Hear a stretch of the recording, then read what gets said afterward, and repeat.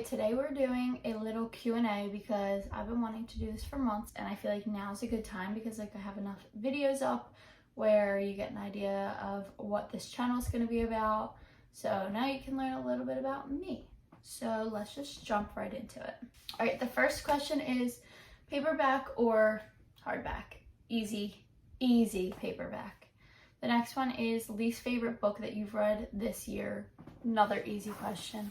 It's gonna have to be Beautiful World, Where Are You by Sally Rooney.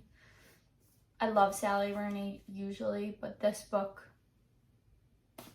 not it. All right, the next question is favorite social media that's not Instagram or Pinterest.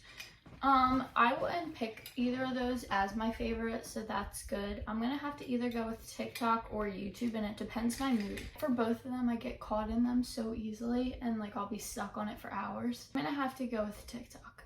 TikTok's my favorite. Here's my handle.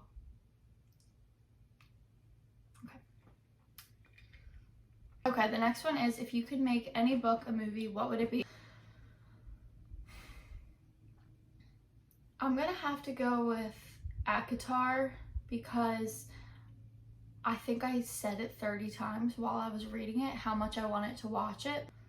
Every time I told my boyfriend, like I would give him updates about what was happening in the book, and every single time I was like, I wish this was a movie because I just want to like see it so bad, and like I want you to see it because I can imagine it so well, but I wanted to show it. Okay, the next one is a good one. How do you deal with mental health?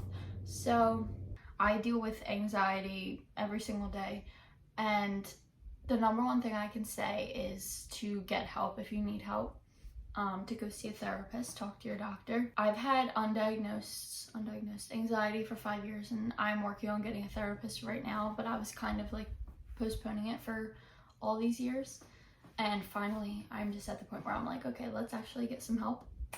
But besides for like actually getting help, I think it's super important to prioritize yourself and understand that if you are having a hard day, you don't owe anyone anything. I think what's most important is that you put yourself first, especially if you're dealing with mental health issues. A lot of people don't realize how much they affect your day-to-day. A lot of people are lucky and they never experience the effects of mental illness. And good for them, but those people just might not understand where you're coming from, and you just have to realize like you come first, your mental health comes first, you got to put yourself first. So just do whatever makes you feel most comfortable, and if that it means not making plans and taking care of yourself and staying home, do that. I know these are cliche, but I also like to journal. I like to go for walks. Sometimes I like to go for walks and not listen to anything just to kind of clear my mind. I also started this little gratitude jar. Let me show you. I started this like literally 3 days ago, so it's not very full. But it's just this mason jar, and I wrote gratitude on it, obviously. And every day I take a sticky note and I write down in the morning and at night 3 things I'm grateful for. This is not going to help. This is not going to cure your mental illness. Don't think that me writing down what you're grateful for and putting it in a jar is going to magically help. It's not. It's just a way to kind of ground yourself, and it's just a technique to help. So just seeing these little things in there kind of help me, and I'm like, okay. And when I write it down, it kind of helps me. It grounds me.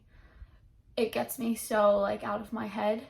It's not a permanent cure, but it definitely helps in the moment. And besides for that, I would say try to talk to people. Reach out to me, please, on any social media if you need somebody to talk to. I'm always here to talk to. I understand what you're going through. If you have a friend who you can reach out to, a parent, a guardian, somebody in your family, somebody in your life. If not, I'm here. Please reach out to me. Yeah, that's the best I can give you. Next question is, what are my social media goals? So I have like numerical goals and like long-term goals. So numerical, I'm hoping to hit 15K on TikTok by the end of the month. I'm at like 12.4 right now. And on Instagram, I'm at like 1,200. I'm hoping to get to 2,000 by the end of August. My Instagram grows much slower, obviously, than my TikTok. Long-term goals, I'm just looking to like build a community. I think it's so much fun meeting people, and every time I get a new follower, it's just like the most like exhilarating feeling ever, thinking like somebody else, like somebody cares about what I'm posting and like wants to like stay updated on me. I don't know, it's just very exciting. So my goals are to like build a community where people feel comfortable talking, where people feel comfortable making friends, talking to me. I just want like a big community where we all can read and be friends. Okay, the next question is, what inspires you? There's so many things that inspire me. I'm gonna have to say, cliche answer, my friends and family. They all inspire me so much because they're all so supportive. And also my like community on social media, because everybody is so supportive, especially when I posted about like my book idea.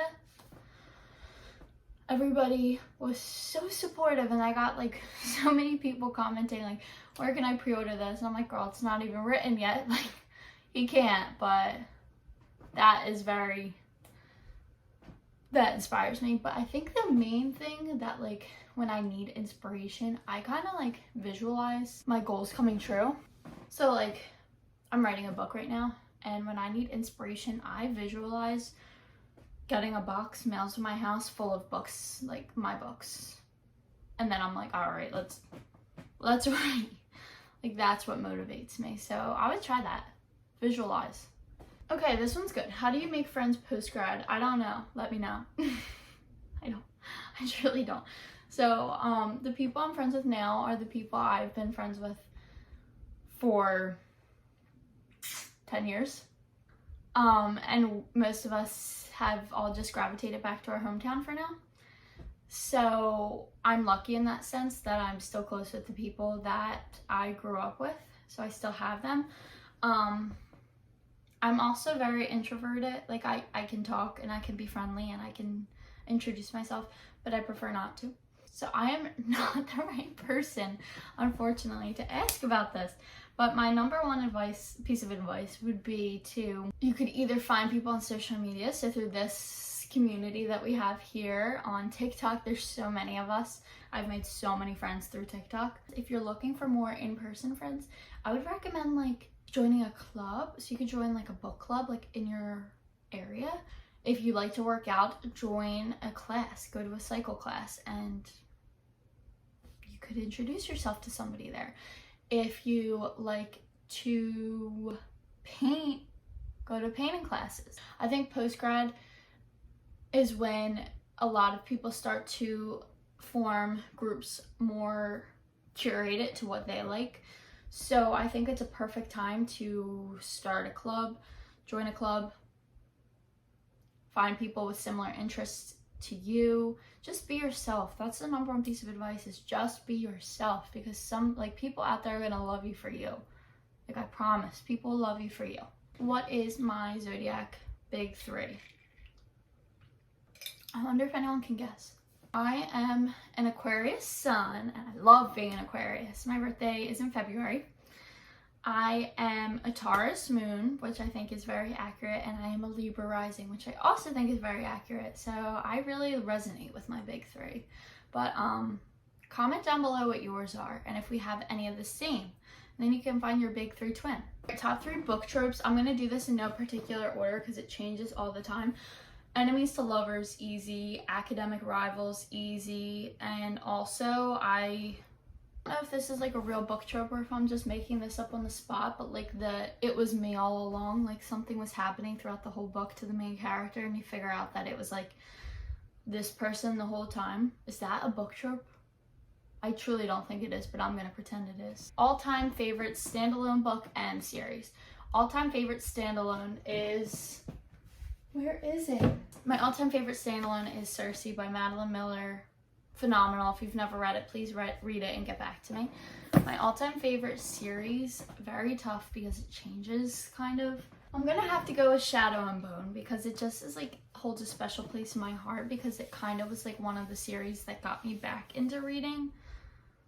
But I also love The Cruel Prince. That would be next. And the Six of Crows series, beautiful. Six of Crows is in my top 5 books, but the series is like not my favorite series.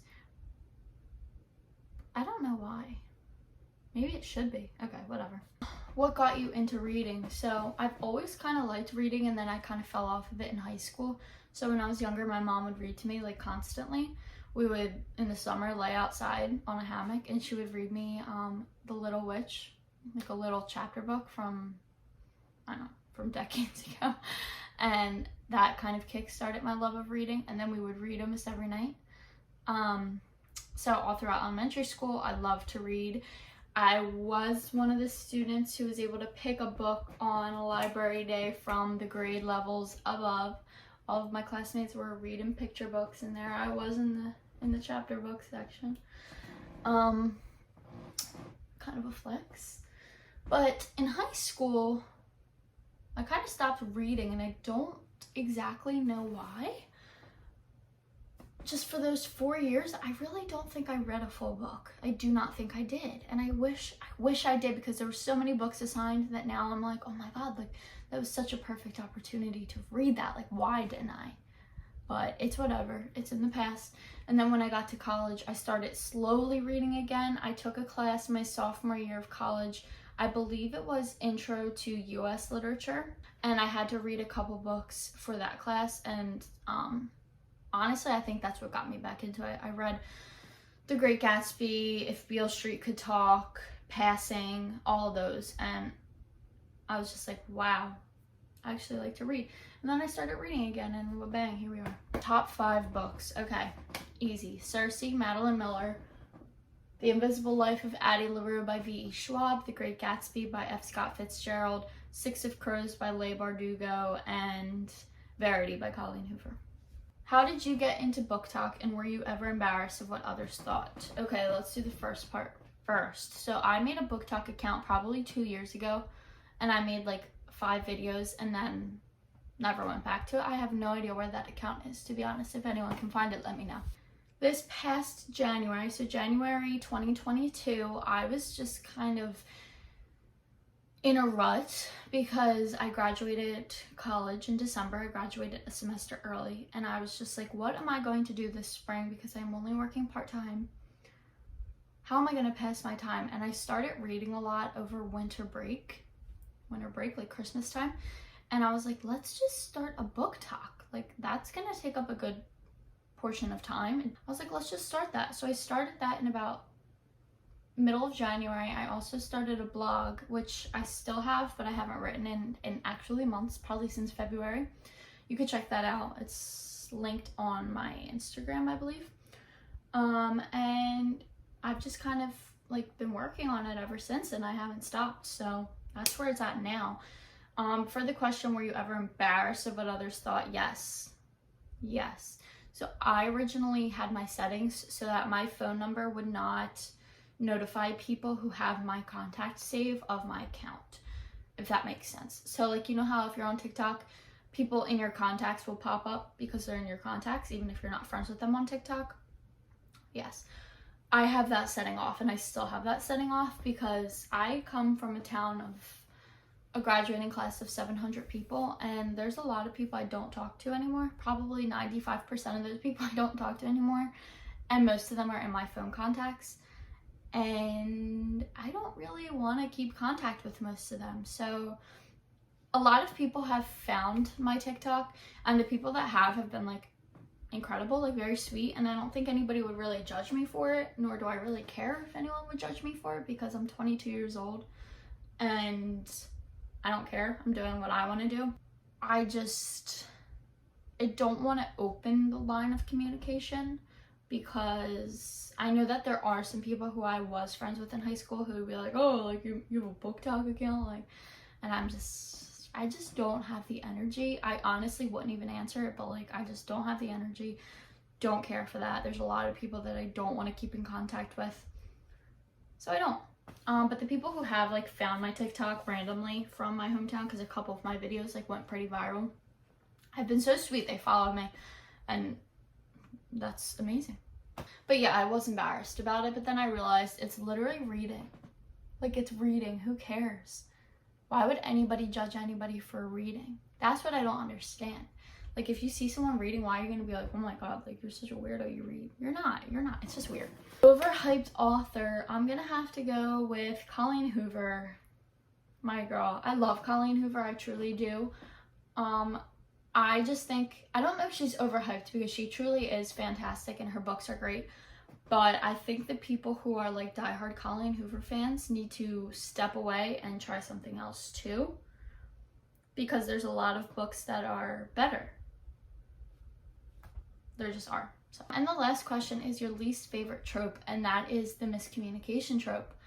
I hate it. I hate the miscommunication trope.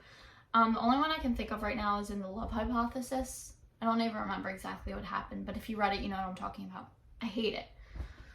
When like something stupid happens and there's just like a miscommunication and like somebody doesn't know how to talk and somebody overhears something wrong, and it just like makes me so mad. It makes my blood boil. And then like everything's ruined for like 5 chapters, but then they're fine again. But it just like, oh, it gets me so mad.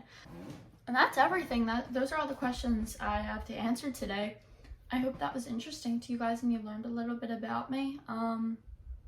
If you want to answer any of the questions, please do so down below. I'd love to learn about you guys so we could all be friends.